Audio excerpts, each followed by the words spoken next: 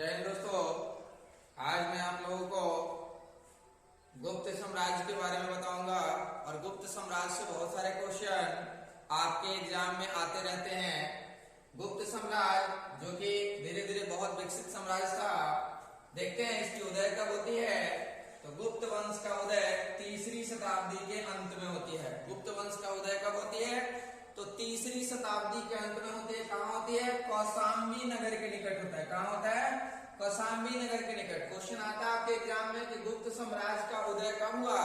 तो तीसरी शताब्दी के अंत में कौशाम्बी नगर के निकट गुप्त वंश का उदय होता है। अगला क्वेश्चन आता है कि गुप्त वंश का संस्थापक कौन है? तो गुप्त वंश के संस्थापक श्री गुप्त हैं। क्वेश्चन आता है आपके एग्जाम में कि गुप्त वंश के संस्थापक कौन है? तो श्री गुप्त हैं। हो गया। अगला क्वेश्चन आता है कि गुप्त वंश का महान सम्राट कौन हुए? सबसे पहले तो गुप्त वंश के महान सम्राट जो हुए चंद्रगुप्त प्रथम हुए। बहुत बार एग्जाम में क्वेश्चन आता है कि गुप्त वंश के प्रथम महान सम्राट कौन हुए? तो चंद्रगुप्त प्रथम हुए और इन्होंने ही महाराजाधिराज की उपाधि धारण की थी। महाराजाधिराज। क्वेश्चन आता है कि महाराजाधिराज की उपाधि किस गुप्त शासक ने धारण किया? तो चंद्रगुप्त प्रथम ने धारण किया। अगला क्वेश्चन आता है कि गुप्त संवत कब चले? तो गुप्त संवत 319 से 320 ईस्वी में चलाया गया। हमेशा क्वेश्चन आता है आपके एग्जाम में कि गुप्त संवत कब चला? तो 319 से 320 ईस्वी में। अगला क्वेश्चन आएगा कि गुप्त संवत किसके शासन काल में चला? तो चंद्रगुप्त प्रथम के शासन काल में गुप्त संवत चला। अगला क्वेश्चन आता है कि भारत का नेपोलियन किसे कहा जाता है? तो भारत का नेपोलियन समुद्रगुप्त को कहा जाता है। भारत का नेपोलियन किसे कहा जाता है? समुद्रगुप्त को कहा जाता है। क्यों कहा जाता है? तो इन्होंने आर्यावर्त के 9 प्रांत को और दक्षिणावर्त के 12 प्रांतों को जीत लिया था। कौन? समुद्रगुप्त। समुद्रगुप्त को भारत का नेपोलियन कौन कहा था? तो वी.ए. स्मिथ ने कहा था, यानी विंसेंट स्मिथ ने भारत का नेपोलियन समुद्रगुप्त को कहा था। क्वेश्चन आता है कि भारत का नेपोलियन किसे कहा जाता है? तो समुद्रगुप्त को कहा जाता है। भारत का नेपोलियन समुद्रगुप्त को कहा जाता है। यह किसने कहा? तो विंसेंट स्मिथ ने कहा था। और समुद्रगुप्त को भारत का नेपोलियन क्यों कहा जाता है? तो इन्होंने आर्यावर्त के 9 प्रांत को और दक्षिणावर्त के 12 प्रांतों को जीत लिया थे, इसीलिए इन्हें भारत का नेपोलियन कहा जाता है। क्वेश्चन आता है एग्जाम में कि समुद्रगुप्त को भारत का नेपोलियन किसने कहा? तो विंसेंट स्मिथ ने कहा था। याद रखिएगा। अगला क्वेश्चन आता है अश्वमेधकर्ता की उपाधि किसने धारण की थी? विक्रमक की उपाधि किसने धारण की थी? परम भागवत की उपाधि किसने धारण की थी? तो ये तीनों उपाधियां किसने धारण की थी? समुद्रगुप्त ने धारण की थी।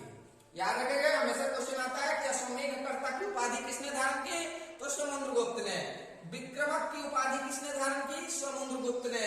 परम भागवत की उपाधि किसने धारण की? तो समुद्रगुप्त ने। लेकिन वही क्वेश्चन आ जाए कि महाराजाधिराज की उपाधि किसने धारण की? तो चंद्रगुप्त प्रथम ने धारण की। याद रखिएगा। अगला क्वेश्चन, समुद्रगुप्त संगीत प्रेमी थे। ऐसा कहां से पता लगता है? तो समुद्रगुप्त की बीना बजाती हुई मुद्राओं में सिक्का से अंकन, इनके साम्राज्य में सिक्का का अंकन हुआ।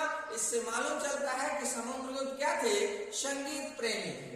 समुद्रगुप्त ही इनको क्या कहा जाता है? कविराज कहा जाता है। कविराज। कविराज किसे कहते हैं? समुद्रगुप्त को ही कविराज कहा जाता है। अगला क्वेश्चन आता है समुद्रगुप्त का दरबारी कवि कौन था? बहुत इंपॉर्टेंट क्वेश्चन है, हमेशा एग्जाम में आते रहता है। इसे ध्यान से देखिए, आप लोग बहुत गौर से देखिए इसको। ये क्वेश्चन हमेशा आते रहता है कि समुद्रगुप्त का दरबारी कवि कौन है? तो हरिसेन है। हमेशा एग्जाम में आता है कि समुद्रगुप्त का दरबारी कवि कौन है? तो हरिसेन है। और हरिसेन ने ही इलाहाबाद प्रशस्ति लेख की रचना की। ऐसे याद कीजिए ध्यान से, ये क्वेश्चन हमेशा आता है। बार बार आपको बता रहे हैं कि समुद्रगुप्त का दरबारी कवि कौन था? तो हरिसेन थे। और हरिसेन ने ही इलाहाबाद प्रशस्ति लेख की रचना की थी। किसने किया था इलाहाबाद प्रशस्ति लेख की रचना? तो हरिसेन। और हरिसेन किसके दरबार में थे? तो समुद्रगुप्त के दरबार में थे, यानी समुद्रगुप्त के दरबारी कवि थे। आपके एग्जाम में आएगा कि समुद्रगुप्त का दरबारी कवि कौन थे? तो हरिसेन थे। और हरिसेन ने इलाहाबाद प्रशस्ति लेख की रचना की थी।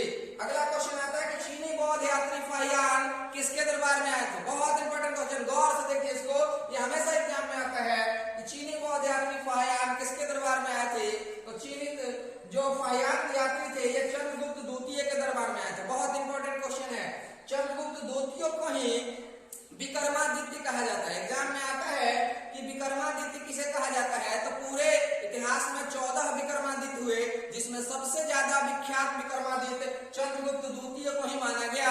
ये विक्रमादित्य की उपाधि धारण किए थे, या कह सकते हैं कि चंद्रगुप्त द्वितीय को ही विक्रमादित्य कहा जाता है। ये गुप्त शासक थे और इन्हीं के दरबार में चीनी बौद्ध यात्री फाहियान आए थे। फाहियान अपनी यात्रा के दौरान एक पुस्तक भी लिखे थे, जिस पुस्तक का नाम फूको की है। याद रखेंगे कि फाहियान कहाँ के रहने वाले थे, तो चीन के रहने वाले थे। हमेशा एग्जाम में आता है, चीनी बौद्ध यात्री थे जो चंद्रगुप्त द्वितीय के दरबार में आए थे और इन्हीं के दरबार में रहते हुए इन्होंने कौन सी पुस्तक लिखा, फूको की पुस्तक लिखा।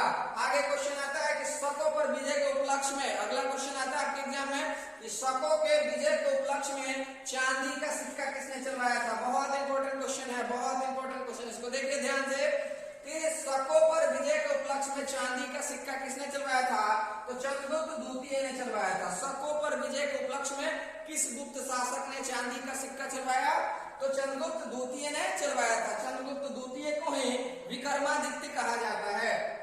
अगला क्वेश्चन आता है, नवरत्न किसके दरबार में रहते थे। बहुत इंपॉर्टेंट क्वेश्चन है, गुप्त साम्राज्य का ये नवरत्न है। नवरत्न किसके दरबार में रहते थे, तो चंद्रगुप्त विक्रमादित्य के दरबार में रहते थे, यानी चंद्रगुप्त द्वितीय के दरबार में रहते थे। नवरत्न किसके दरबार में रहते थे, चंद्रगुप्त द्वितीय के दरबार में रहते थे। इन्हीं के दरबार में वारामिहिर, कालिदास, आर्यभट्ट जैसे ये नवरत्न के ही कुछ मेंबर थे। नालंदा विश्वविद्यालय की स्थापना किसने की, तो कुमारगुप्त ने की। बहुत बार ये अनेकों बार आया है, इसे फिर से पॉइंट कीजिए, कॉपी में नोट कीजिए कि नालंदा विश्वविद्यालय की स्थापना किसने की, तो कुमारगुप्त ने किया है। गुप्त शासक कुमारगुप्त ने किया था। इसका इतिहास जब दिल्ली सल्तनत पढ़िएगा तो दिल्ली सल्तनत में कुतुबुद्दीन ऐबक का जो सेनापति था बख्तियार खिलजी, वो नालंदा विश्वविद्यालय को ध्वस्त कर देता है। उसी नालंदा विश्वविद्यालय के संस्थापक कौन थे, कुमारगुप्त थे। अगला क्वेश्चन आता है कि सुदर्शन झील का पुनरुद्धार किसने किया। हमने पढ़ाया था आपको मौर्य वंश में कि चंद्रगुप्त मौर्य के समय में एक सुदर्शन झील का निर्माण करवाया जाता है। उसी सुदर्शन झील का निर्माण यानी पुनरुद्धार किसने करवाया था, तो गुप्त शासक स्कंदगुप्त ने करवाया था। बहुत इंपॉर्टेंट क्वेश्चन है। क्वेश्चन आता है कि सुदर्शन झील का निर्माण किसने करवाया था, तो चंद्रगुप्त मौर्य ने करवाया था। यानी मौर्य वंश के समय में सुदर्शन झील का निर्माण चंद्रगुप्त मौर्य के दरबार कराया गया, लेकिन यहाँ सुदर्शन झील का पुनरुद्धार, उस झील का पुनरुद्धार किस शासक के द्वारा कराया गया, तो गुप्त शासक स्कंदगुप्त के समय में कराया गया।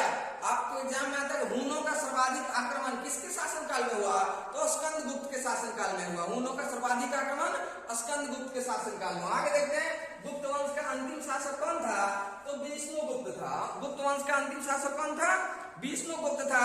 विष्णुगुप्त कहीं कहीं कहीं बुक में भानुगुप्त दे देता है, तो इससे घबराइएगा नहीं। आगे देखते हैं गुप्त काल का सर्वाधिक महत्वपूर्ण व्यापारिक केंद्र कहाँ थे, यानी गुप्त काल में सबसे ज्यादा व्यापार कहाँ से होता था, तो उज्जैन से होता था। उज्जैन से होता था। याद रखेंगे कि गुप्त काल का सर्वाधिक महत्वपूर्ण व्यापारिक केंद्र कहाँ था, तो उज्जैन था। अगला क्वेश्चन, गुप्त काल में स्वर्ण मुद्राएं को क्या कहा जाता था। क्वेश्चन आएगा आपके एग्जाम में कि गुप्त काल में जो मुद्राएं चलती थी स्वर्ण की, उसे क्या कहा जाता था, तो दिनार कहा जाता था। गुप्त काल में जो स्वर्ण मुद्राएं चलती थी उसे दिनार कहा जाता था, और गुप्त काल में जो चांदी के सिक्के चलते थी उसे रुपया कहा जाता था। याद रखिएगा, ये दोनों क्वेश्चन आता है आपके एग्जाम में कि गुप्त काल में जो सोने के सिक्के चले थे उसे दिनार कहा गया, और जो चांदी के सिक्के चले हैं उन्हें रुपया कहा गया। एकदम याद कीजिए, नोट कर लीजिए इसको, एकदम आएगा ही आएगा एग्जाम में। आगे देखते हैं सती प्रथा का पहला साक्ष्य कहां से मिला। बहुत इंपॉर्टेंट क्वेश्चन, इसे भी नोट कीजिए आप। सती प्रथा का पहला साक्ष्य कहां से मिला है, तो एरन अभिलेख से मिला है। एरन अभिलेख का संबंध भानुगुप्त से है, जो गुप्त शासक थे। याद रखिए, ये क्वेश्चन आएगा, नोट कीजिए कॉपी में जल्दी कि सती प्रथा का पहला साक्ष्य कहां से मिला है, तो एरन अभिलेख से मिला है, भानुगुप्त के अभिलेख से। 510 ईस्वी में पहली बार राजा भोज की मृत्यु पे उसकी पत्नी का सती होने का प्रमाण मिलता है एरन अभिलेख से, जिसका संबंध भानुगुप्त से है। तो 3-4 क्वेश्चन एक ही लाइन में आएगा कि सती प्रथा का पहला साक्ष्य कहां से मिला, तो एरन अभिलेख से मिला। एरन अभिलेख का संबंध किससे है, तो भानुगुप्त से है। और इस अभिलेख में पहली बार साक्ष्य कब मिले, तो 510 ईस्वी में राजा भोज की मृत्यु होने पे उसकी पति का सती होने का प्रमाण, पत्नी का सती होने का प्रमाण मिलता है। अगला क्वेश्चन देखते हैं, गुप्त सम्राट जो थे वो किस धर्म के मानते थे, किस धर्म के अनुयायी थे, तो गुप्त सम्राट जो थे वो वैष्णव धर्म के अनुयायी थे। गुप्त सम्राट किसके अनुयायी थे, वैष्णव धर्म के अनुयायी थे। अगला क्वेश्चन देखते हैं, अजंता में निर्मित गुफाएं कुल 29 गुफा थी जिस समय गुप्त काल। क्वेश्चन आता है कि अजंता की गुफा का निर्माण किस काल में हुआ, तो गुप्त काल में। अजंता नहीं जानने वाला, जिसको जान ही नहीं रहा है वो कहां जाएगा, गुप्त में हो जाएगा, यानी अजंता जान ही नहीं रहे हैं। तो अजंता में निर्मित गुफा यानी अजंता की निर्मित गुफाएं किस काल की है, तो गुप्त काल की है। तो अजंता में निर्मित गुफा कुल 29 थी जिसका वर्तमान में मात्र 6 ही अवशेष बचे हुए हैं। अजंता में कुल निर्मित गुफा कितनी थी, तो 29 थी, और 29 में से एक गुफा का क्वेश्चन आता है आपके एग्जाम में कि गुफा संख्या 17, गुफा संख्या 17 को क्या कहते हैं, चित्रशाला कहते हैं। हमेशा याद रखिएगा कि गुफा संख्या 17 को क्या कहते हैं, चित्रशाला कहते हैं। हमेशा एग्जाम में आता है कि गुप्त काल में निर्मित जो गुफा थी 29, उसमें किस गुफा संख्या को चित्रशाला कहा जाता है, तो गुफा संख्या 17 को चित्रकला कहा जाता है। अगला क्वेश्चन देखते हैं, अजंता की गुफाएं किस धर्म से, बौद्ध धर्म के किस शाखा से संबंधित थी। बहुत इंपॉर्टेंट, इसे भी नोट कीजिए आप अपने कॉपी में, याद रखिएगा कि अजंता जो गुप्त कालीन निर्मित थी, तो अजंता की गुफाएं बौद्ध धर्म के किस शाखा से संबंधित है। तो आपको पता है कि बौद्ध धर्म 2 शाखा में बनी थी, एक हीनयान और दूसरा महायान। तो अजंता की गुफाएं जो बौद्ध धर्म की शाखा से संबंधित थी वो था महायान शाखा थे। अजंता की जो गुफा है बौद्ध धर्म की, अजंता की गुफाएं बौद्ध धर्म के किस शाखा से संबंधित है, तो महायान शाखा से संबंधित है। अगला क्वेश्चन आता है, गुप्त काल में विष्णु शर्मा भी लेखक थे, इन्होंने कौन सी पुस्तक लिखे, तो पंचतंत्र लिखे थे। बहुत इंपॉर्टेंट क्वेश्चन है, ये संस्कृत भाषा में लिखी गई थी पंचतंत्र। क्वेश्चन आता है कि पंचतंत्र के लेखक कौन है, तो विष्णु शर्मा है। याद रखिएगा पंचतंत्र के लेखक कौन है, तो विष्णु शर्मा है, और ये पंचतंत्र जो पुस्तक है संस्कृत में लिखा हुआ है। ठीक है, आगे देखते हैं, आर्यभट्ट। आर्यभट्ट भी गुप्तकालीन ही थे, गुप्तकालीन ही इतिहासकार थे, भौगोलिक खगोलवेदा थे, गणितज्ञ भी थे।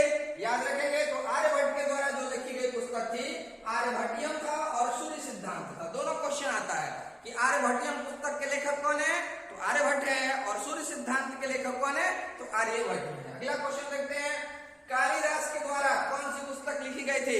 कालिदास, क्वेश्चन आता है आपके एग्जाम में, बहुत बार एग्जाम में पूछा गया कि कालिदास किसके दरबार में रहते थे, तो कालिदास चंद्रगुप्त द्वितीय के दरबार में रहते थे। नोट कर लीजिए, कालिदास किसके दरबार में रहते थे, चंद्रगुप्त द्वितीय के दरबार में रहते थे। हमेशा क्वेश्चन आता है कि कालिदास किसके दरबार में रहते थे, तो चंद्रगुप्त द्वितीय के दरबार में रहते थे।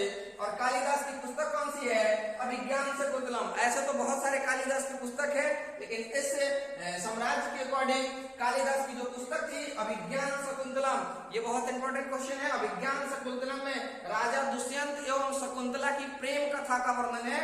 ये कौन सी पुस्तक है, अभिज्ञान शकुंतलम। कभी कभी आपको वो भी पूछ लेता है, जैसे कालिदास की पुस्तक कौन है, तो अभिज्ञान शकुंतलम। एक तो क्वेश्चन ये बन गया, दूसरा बन जाएगा कि अभिज्ञान शकुंतलम में किसका वर्णन है, तो राजा दुष्यंत एवं शकुंतला की प्रेम कथा का वर्णन है, तो इसे भी याद रखिएगा।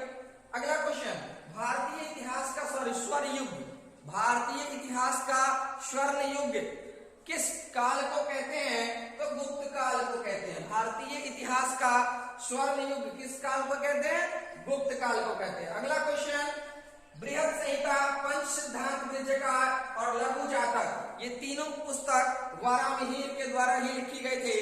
क्वेश्चन आता है हमेशा, बृहद संहिता तो बहुत बार एग्जाम में आ चुके हैं, और पंच सिद्धांत का भी इस तरह से ये पुस्तकें हैं वारामिहिर। आज मैंने आपके बीच गुप्त साम्राज्य को लेके आया और फटाफट आपको वैसे क्वेश्चन को दिखाया जो कहीं ना कहीं आपके एग्जाम में आते रहते हैं। आप लोग शेयर कीजिए, सब्सक्राइब और लाइक ज्यादा से ज्यादा शेयर कीजिए। इसी बात के साथ मैं धन्यवाद।